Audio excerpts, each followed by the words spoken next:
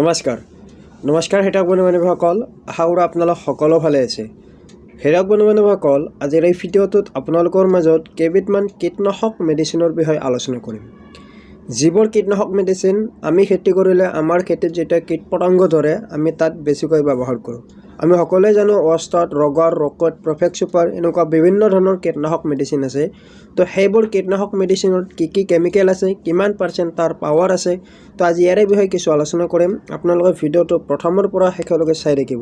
ভাল লাগিলে লাইক কৰিব, শ্বেয়াৰ কৰিব, কমেণ্ট কৰিব, চেনেলটো ছাবস্ক্ৰাইব কৰি দিব, কিয়নো এইটো চেনেলত খেতি আৰু মাছৰ লগত জড়িত সকলো ধৰণৰ ভিডিঅ' আপোনালোকে পাই থাকিব। তো আহক ভিডিঅ'টো আৰম্ভ কৰোঁ। খেতিয়ক বন্ধু বান্ধৱীসকল, প্ৰথমতে আলোচনা কৰোঁ ওস্তাদ। তো আপোনালোকে ওপৰৰ স্ক্ৰীনত দেখিবলৈ পাইছে, এইটো হৈছে ওস্তাদ। ওস্তাদ আমি বিভিন্ন ধৰণৰ খেতিত ইয়াক ব্যৱহাৰ কৰোঁ।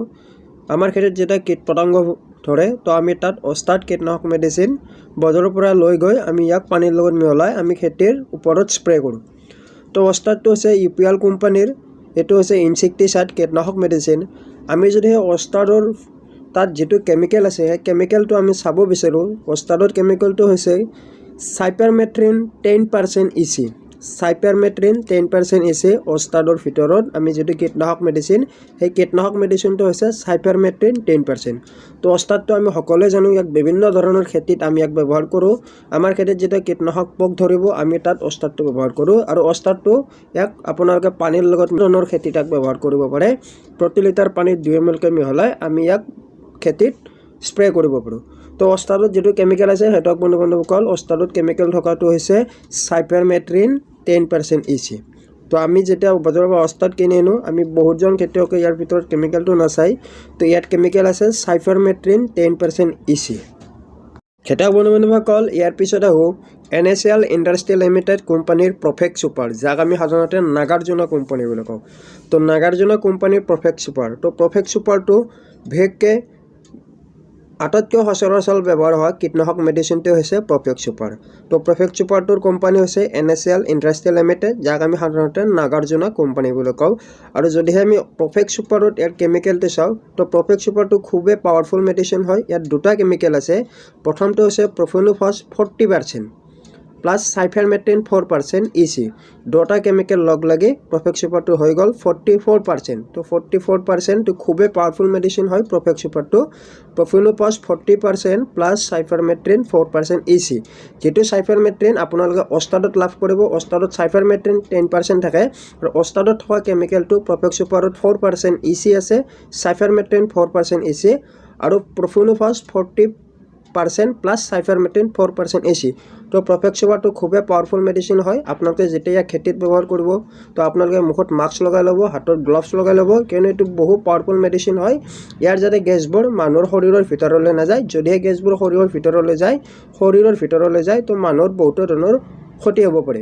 তো আপোনালোকে যেতিয়া খেতিত প্ৰফেক্ট সুপাৰ ব্যৱহাৰ কৰিব তো আপোনালোকে খুবেই সাৱধান হোৱাটো উচিত। তো খেতিয়ক বন্ধু বান্ধৱীসকল, ইয়াক আপোনালোকে প্ৰতি লিটাৰ পানীত 2 ml কৈ মিহলাই বিভিন্ন ধৰণৰ খেতিত ইয়াক স্প্ৰে কৰিব পাৰিব। মনত ৰাখিব যে প্ৰফেক্ট সুপাৰটো খুবেই পাৱাৰফুল মেডিচিন হয়। ইয়াত দুটা কেমিকেল লগ লাগি হৈছে 44%, প্ৰফেনোফছ 40% প্লাছ সাইপাৰমেথ্ৰিন 4% EC। খেতিয়ক বন্ধু বান্ধৱীসকল, ইয়াৰ পিছত আহোঁ ৰকেট কীটনাশক মেডিচিন। তো আপোনালোকে ওপৰৰ স্ক্ৰীনত দেখিবলৈ হৈছে, এইটো হৈছে ৰকেট কীটনাশক medicine.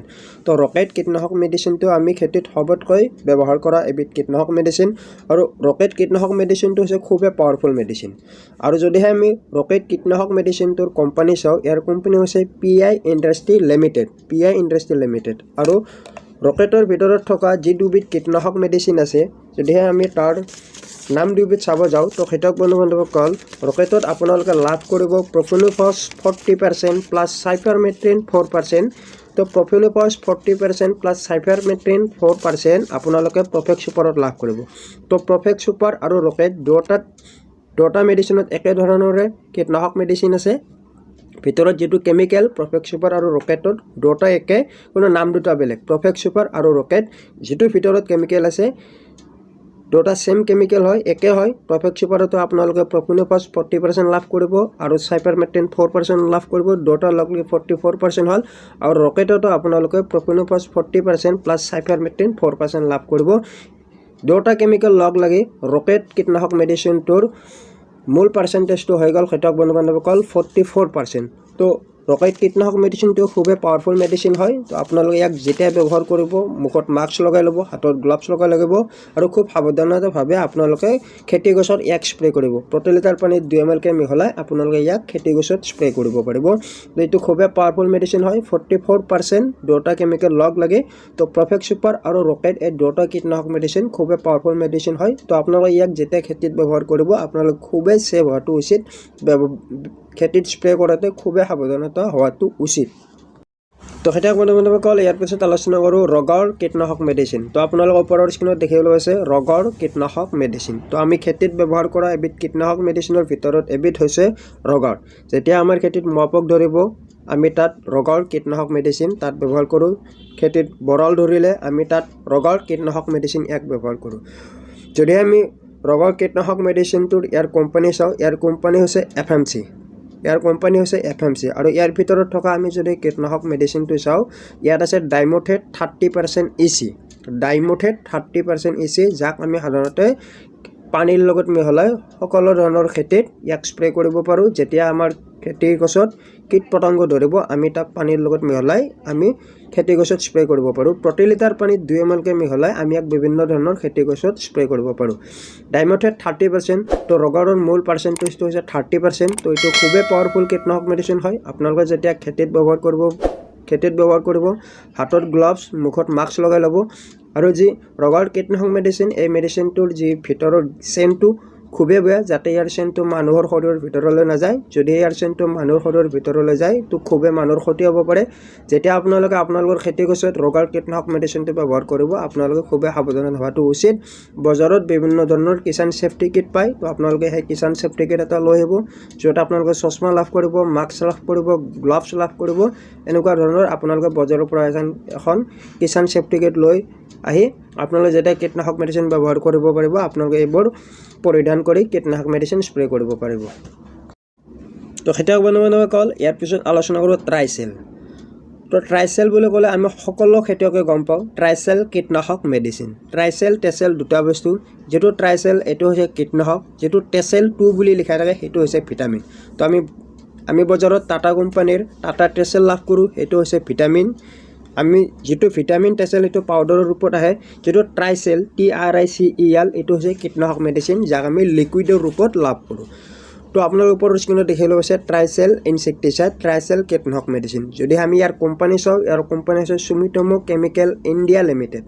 Sumitomo chemical India limited Japan. তো ইয়াৰ কোম্পানী হৈছে জাপান। ইয়াৰ যদি আমি ভিতৰত থকা কেমিকেলটো চাব বিচাৰোঁ তো ইয়াত আছে ক্ল'ৰ'পাৰিফক্স 20% EC। ক্ল'ৰ'পাৰিফক্স 20% EC। ইয়াক আমি খেতি গছতো ব্যৱহাৰ কৰিব পাৰোঁ, নাইবা আমাৰ যেতিয়া আমি নতুনকৈ ঘৰ বনাম ভেটিত যেতিয়া আমি উই মৰাৰ কাৰণে কীটনাশক মেডিচিন দিওঁ তো আমি তাত ট্ৰাইচেল কীটনাশক মেডিচিনটো আমি তাত দিব পাৰোঁ। তো খেতিয়ক বন্ধুসকল ইয়াৰ ওপৰত ট্ৰাইচেল কীটনাশক মেডিচিনটো আপোনালোকে খেতি গছতো ইয়াক স্প্ৰে কৰিব পাৰিব। প্ৰতি লিটাৰ পানীত 2 ml কে মিহলাই আপোনালোকে ইয়াক খেতি গছত স্প্ৰে কৰিব পাৰিব। ইয়াত যিটো কেমিকেল আছে ক্ল'ৰ'পাৰিফক্স 20% EC। ইয়াক আপোনালোকে নতুনকৈ ঘৰ বনালে যেতিয়া ঘৰৰ ঢিপাত আপোনালোকে উই নোহোৱাৰ বাবে তাত যেতিয়া মেডিচিন দিব তাত আপোনালোকে ট্ৰাইচেল কীটনাশক মেডিচিনটো পানীৰ লগত ঢালি দিব পাৰে। ই মাটিৰ তলৰো কাম কৰে আৰু গছৰ ওপৰতো আপোনালোকে ইয়াক ব্যৱহাৰ কৰিব পাৰিব। ইয়াৰ যিটো কেমিকেল আছে ক্ল'ৰ'পাৰিফক্স 20% EC।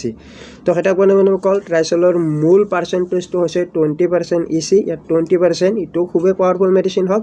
খেতিয়ক বন্ধুসকল কীটনাশক মেডিচিনৰ 5% হওক, 10% হওক বা 44% হওক এইটো কীটনাশকে মেডিচিন। এইবিলাক মেডিচিন আপোনালোকে খেতিত ব্যৱহাৰ কৰিলে আপোনালোক খুবেই ছেভ হোৱাটো উচিত, ব্যৱহাৰ কৰাতে খুবেই সাৱধান হোৱাটো উচিত। তো আপোনালোকে যেতিয়া ব্যৱহাৰ কৰিব পাৰিব মই আকৌ হাতত গ্লাভছ, মুখত মাস্ক লগাই আপোনালোকে ইয়াক ব্যৱহাৰ কৰিব পাৰিব।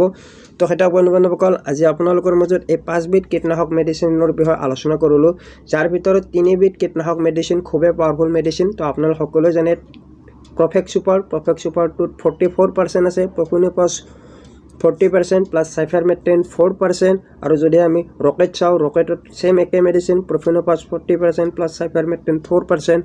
আৰু যদি আমি ৰগৰ চাওঁ ৰগৰতো ডাইমোথেট 30% AC। তো এই তিনিবিধ মেডিচিন খুবেই পাৱাৰফুল মেডিচিন হয়। ইয়াৰ উপৰি যদি আমি ওস্তাডত চাওঁ, ওস্তাডত আছে সাইফাৰমেথ্ৰিন 10%। তো ওস্তাডটো খুবেই পাৱাৰফুল মেডিচিন হয়। ট্ৰাইচেলত আছে ক্ল'ৰ'পাৰিফছ 20% AC।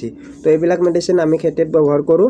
যেতিয়া আমাৰ খেতি গছত কীট পতংগ ধৰে, বিভিন্ন ধৰণৰ কীট পতংগ ধৰে, আমি তেতিয়া খেতি গছবোৰ দুৰ্বলৰ পৰা সবল কৰাৰ বাবে আমি এইবিলাক কীটনাশক মেডিচিন ব্যৱহাৰ কৰোঁ। তো অধ্যাপক বন্ধুসকল, যেতিয়া আপোনালোকে খেতি গছত কীটনাশক মেডিচিন ব্যৱহাৰ কৰিব, আপোনালোকে ড'জটো মিলাই দিব। প্ৰতি লিটাৰ পানীত 2 ml কে মিহলাই আপোনালোকে ইয়াক খেতি গছত স্প্ৰে কৰিব পাৰিব। তো অধ্যাপক বন্ধুসকল, আশা কৰোঁ আপোনালোকে ভিডিঅ'টো চাই ভাল পাব। ভাল লাগিলে লাইক কৰিব, শ্বেয়াৰ কৰিব, কমেণ্ট কৰিব, চেনেলটো ছাবস্ক্ৰাইব কৰিব, কিয়নো এইটো চেনেলত খেতিৰ মাচলত জড়িত সকলো ধৰণৰ ভিডিঅ' আপোনালোকে পাই থাকিব। তো ধন্যবাদ, জয়।